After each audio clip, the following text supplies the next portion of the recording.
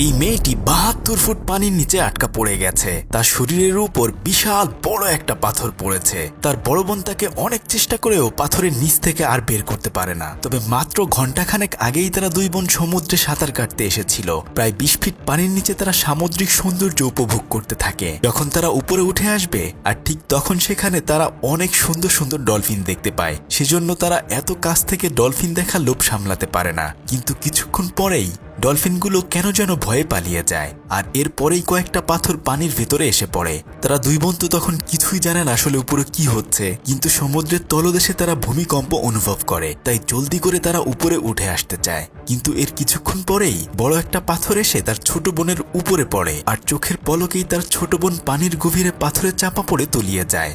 তার বড় বোন তখন তাকে এদিক সেদিক পাগলের মতো খুঁজতে থাকে। হাতে থাকা টর্চ লাইট দিয়ে খুঁজেও সে আসলে কোথাও তাকে পায় না। তবে তাদের দু বোনের কাছেই ওয়াকি টকি ছিল। এর কিছুক্ষণ পর ওয়াকি টকিতে তার ছোট বোনের সাথে তার কথা হয়। আসলে তার ছোট বোন গভীর পানির তলে পাথরের নিচে আটকা পড়ে গেছে।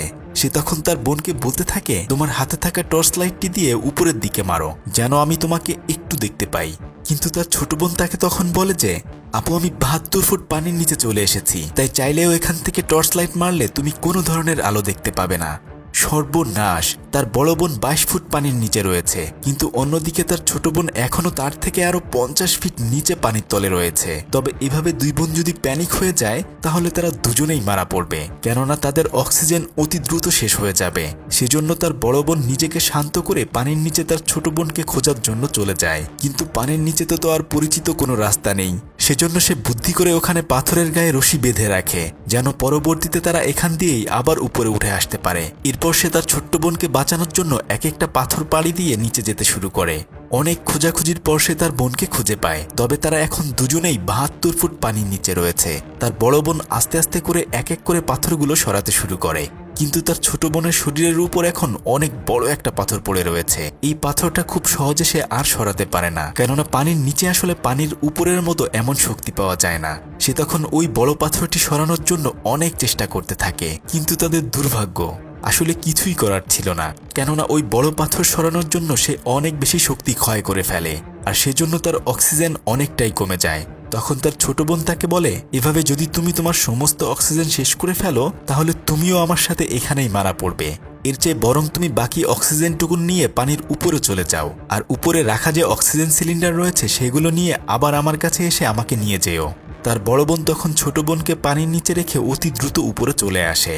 কিন্তু হায় খোদা, উপরে এসে তারা দেখতে পায় যে এখানে ছোটখাটো একটা ভূমিকম্প হয়েছে, আর সেই কারণেই অক্সিজেন সিলিন্ডারগুলো অনেকগুলো পাথরের নিচে আটকা পড়ে আছে। সে কোনো মতে সেখান থেকে ওই সিলিন্ডারগুলো আর বের করতে পারে না। তাই সে তার ছোট বোনকে আবার ওয়াকিটকিতে কল করে এই ঘটনা জানায়। তখন তার ছোট বোন বলে যে, গাড়ির ভেতর আরো অতিরিক্ত ২টা সিলিন্ডার রয়েছে, তুমি সেগুলো আনার ব্যবস্থা করো। সে অনেক খোঁজাখুঁজি করার পর গাড়ির ওখানে গিয়ে সিলিন্ডার খুঁজে পায়, কিন্তু আসলে তার কাছে গাড়ির চাবি ছিল না। তখন সে কোনো উপায় না পেয়ে গাড়ির কাঁচ ভেঙে ওখান থেকে সিলিন্ডার বের করে আনে। তবে এখন এই সিলিন্ডার নিয়ে গেলেই তো হবে না, কেননা তার ছোট বোনের শরীরের উপর যে পাথর রয়েছে সেটা সরানোর জন্য একটা কাঠ জ্যাকের প্রয়োজন রয়েছে। কিন্তু ওই কাঠ জ্যাকটা আসলে তাদের গাড়ির পেছনের ডিকিতে আটকানো ছিল। সে অনেক চেষ্টা করেও সেটা আর খুলতে পারে না। তাই সে তখন নিরুপায় হয়ে ওই সিলিন্ডারগুলো নিয়ে সমুদ্রের তলদেশে আবার রওনা দেয়। কিন্তু তখনই সে তার মাথার উপর দিয়ে একটা বিমান উড়ে যেতে দেখে, আর তখনই সে চিৎকার করে সাহায্য চাইতে থাকে। ঠিক এই মুহূর্তে ঘটে যায় আরো একটা বিপত্তি। চিৎকার করার সময় তার হাত থেকে একটা সিলিন্ডার ছুটে পড়ে গিয়ে পানির নিচে তলিয়ে যায়। কিন্তু অন্যদিকে তার ছোট বোনের অক্সিজেনও অনেকটা ফুরিয়ে গেছে। তাই সে ওই দ্রুত করে একটা সিলিন্ডার নিয়েই ছোট বোনের জীবন বাঁচানোর জন্য পানির নিচে ডুব দেয়। কিন্তু এখন তো তারা মানুষ দুজন, কিন্তু সিলিন্ডার রয়েছে একটা। তবে এভাবে চলতে থাকলে তারা দুজনেই মারা পড়বে। তাই তার বড় বোন তখন অল্প একটু শ্বাস নিয়ে একটু একটু করে সেই সিলিন্ডারটি খুঁজতে থাকে। অনেকক্ষণ খোঁজাখুঁজি করার পর সে ওই সিলিন্ডারটাই পেয়ে যায়। হয়তো এখন তার ছোট বোন আরো কিছুক্ষণ বেঁচে থাকবে, কিন্তু কি করে সে ওই পাথরটা তার শরীরের উপর থেকে সরাবে? সেজন্য সে আবার পানির নিচ থেকে উপরে উঠে আসে। আবারও সে ওই গাড়ির ডিকি ভাঙার চেষ্টা করে, কিন্তু এবারও সেটা সে ভাঙতে পারে না। তবে সে গাড়ির ভেতরে একটা ম্যাপ খুঁজে পায়। সেই ম্যাপ দেখে সে একটা বাড়িতে গিয়ে সাহায্যের জন্য মানুষ খুঁজতে থাকে। তবে ওই বাড়িতে আসলে কেউই ছিল না। সে অতি দ্রুত করে দৌড়িয়ে অন্য একটা বাড়ি খুঁজতে শুরু করে, কিন্তু আশেপাশে সে আর কোনো বাড়ি না পেয়ে তখন ওই বাড়ির জানালা ভেঙে ভেতর থেকে কিছু যন্ত্রপাতি আনার জন্য যায়। আর ঠিক তখনই ওই বাড়ির পোষা কুকুরটি তার উপর আক্রমণ করে বসে।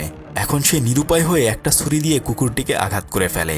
কুকুরের সাথে মারামারি করার ফলে তার সুইমিং স্যুটটাও ছিঁড়ে যায়। এখন তো এটা পড়ে পানিতে নামলে এর ভিতরে পানি গিয়ে সেও ডুবে যাবে। সে তখন ওই বাড়ির দেয়ালে ছোট্ট করে তাদের সাহায্যের জন্য কথা লিখে যায়। এরপর কয়েকটা রড দিয়ে সে অনেক কষ্টে গাড়ির ডিকি খুলতে সক্ষম হয়। কিন্তু হায় খোদা, তারা তো আজকে সেই কাঠ জ্যাকটাই আনতে ভুলে গিয়েছে। তাদের কাছে মাত্র একটা ফোম রয়েছে, যেটা দিয়ে সাময়িকভাবে গাড়ির চাকা উঁচু করা যায়, কিন্তু এটা দিয়ে তো পানির নিচে কিছুই করা যাবে না। তাই সে কোনো উপায় না পেয়ে ওখানে বসে কান্না শুরু করে দেয়। তবে এভাবে বসে থাকলে তো চলবে না, যেভাবেই হোক না কেন তার ছোট বোনকে বাঁচাতে হবে। সে তখন ওখানে সাইনবোর্ড টানানো লাঠিটি নিয়ে নেয়। এটা দিয়ে সে পাথরটি কোনো মতে উঁচু করতে পারবে, কিন্তু তার স্যুটটা তো ছিঁড়ে গিয়েছে। তাই সে কিছু স্কচ টেপ এবং ফোম দিয়ে সেটা কোনো মতে মেরামত করে নেয়। এরপর সে উপরে থাকা বাকি সিলিন্ডার নিয়ে পানির নিচে রওনা হয়। তার ছোট বোনের কাছে গিয়ে সে সেই লাঠি দিয়ে পাথরটি সরানোর চেষ্টা করতে থাকে, কিন্তু পাথরটি অনেক ভারী ছিল। লাঠিটি তখন বারবার বাঁকা হয়ে যাচ্ছিল, কিন্তু তার বড় বোন হাল না ছেড়ে বারবার চেষ্টা করতে থাকে।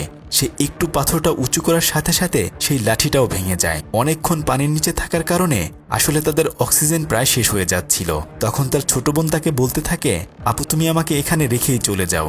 কিন্তু সে আসলে তার ছোট বোনকে এভাবে রেখে চলে যেতে চাচ্ছিল না। তারা দুবোনই তখন অনেক বেশি কান্না করছিল।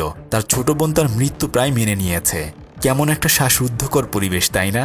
পানির নিচে আসলে সে চিৎকার করে কোনো ধরনের সাহায্য চাইতে পারছে না। আর তাছাড়া তারা দুই বোন ভালো করে কথাই বলতে পারছে না। তার বড় বোন নিরুপায় হয়ে তখন উপরে উঠে আসে।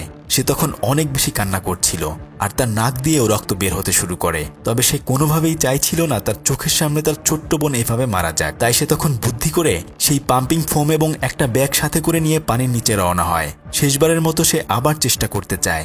সে হালকা করে পাথরটা উঁচু করে সেখানে ওই ব্যাগটা দিয়ে ব্যাগের ভেতরে সেই পাম্পিং ফোম প্রেসার করতে থাকে। অনেক জোরে সেখান থেকে ফোম এবং বাতাস বের হয়ে ব্যাগ ভরে সেটা উঁচু হওয়ার সাথে সাথে আর এরপর সে তার বোনকে পাথরের নিচ থেকে ছাড়িয়ে আনে। তবে এতক্ষণ পরে তার বোনকে মুক্ত করতে পারলেও বিপদ কিন্তু এখনো শেষ হয়নি, কেননা তাদের দুই বোনের কাছে মাত্র একটা সিলিন্ডার রয়েছে, আর ওটা দিয়েই তাদের দুজনকে বেঁচে উপরে উঠে আসতে হবে। তারা তখন অক্সিজেন ভাগাভাগি করে একটু একটু করে উপরে উঠতে শুরু করে। কিছুক্ষণ পার হওয়ার পরে আসলে তাদের অক্সিজেন শেষ হয়ে যায়। তবে ভাগ্যক্রমে অনেকটাই উপরে তারা চলে এসেছে। কিন্তু তখন তার বড় বোনের অবস্থা অনেক খারাপ হয়ে গিয়েছে, কেননা বারবার আসা যাওয়ার কারণে তার শরীরের রক্ত কমে গিয়েছে। তখন তার নাক দিয়ে রক্ত বের হতে শুরু করে। তখন তার ছোট বোন তাকে মুখ দিয়ে শ্বাস দিয়ে কোনো মতে অক্সিজেন সাপ্লাই করে। এবার অনেক কষ্টে সে তার বড় বোনকে নিয়ে উপরে উঠে আসে। এ যেন জীবন জয়ের এক অপ্রতিদ্বন্দ্বী কাহিনী। সে তার বোনকে ধরে কান্না করতে থাকে। এভাবেই এই যাত্রায় তার বড় বোন তার ছোট বোনকে বাঁচিয়ে নেয়। আপনারও এমন ভালোবাসার কোনো বড় বোন রয়েছে কিনা অবশ্যই তাকে মেনশন করে জানিয়ে দিন। এতক্ষণ আপনাদের সাথে ছিলাম আমি সাদি। পরিবারের সবাইকে নিয়ে ভালো থাকুন। আল্লাহ হাফেজ।